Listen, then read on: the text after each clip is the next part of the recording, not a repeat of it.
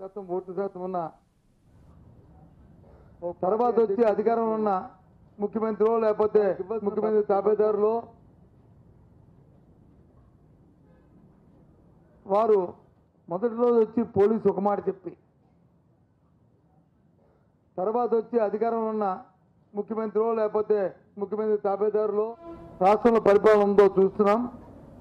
దానికి ముందుగా ఈ ఈటీవీ, ఈ ఏబిఎన్, ఈ TV5 వాళ్ళు వచ్చి కథనాలు, డిబేట్లు, స్కోలింగ్లు, ఆ తర్వాత పోలీసు ఇన్వెస్టిగేషను. అంటే ఎంత దిగమలి అయిపోయింది, ఎంత దిక్కుమలిపోయింది వ్యవస్థ అనే దానికి ఉదాహరణ. అండర్లైన్ చేసుకోండి. నేను ఎప్పుడు ఇలాంటి మాటలు వాడను, దిగజారిపోవడం, దిక్కుమాలని అనే మాటలు ఎందుకు వాడుతున్నా అంటే అంత పగుపారైపోయింది.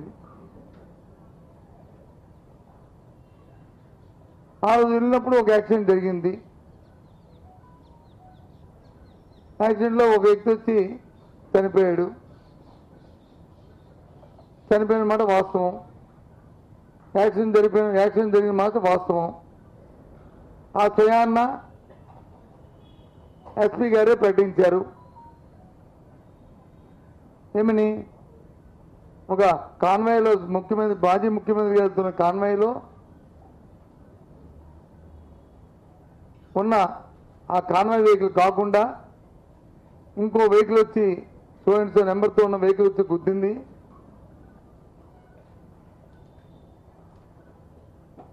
దానివల్ల చనిపోయాడనే విషయాన్ని ఎస్పీఐ చెప్పారు స్వయంగా. ఆ తర్వాత మళ్ళీ 2 రోజులు పోయిన తర్వాత మాట మార్చి మళ్ళీ ఈ రకమైన డ్రామాను మొదలుపెట్టాడు. సరే, ఇవన్నీ పక్కన పెడితే నేను అడుగుతున్నా, అడ్మినిస్ట్రేషన్ గురించి మాట్లాడుతున్నాను. అసలు ఈ రాష్ట్రంలో అధికార పార్టీ తాలూకు వైఖరి గురించి మాట్లాడుతున్నాను.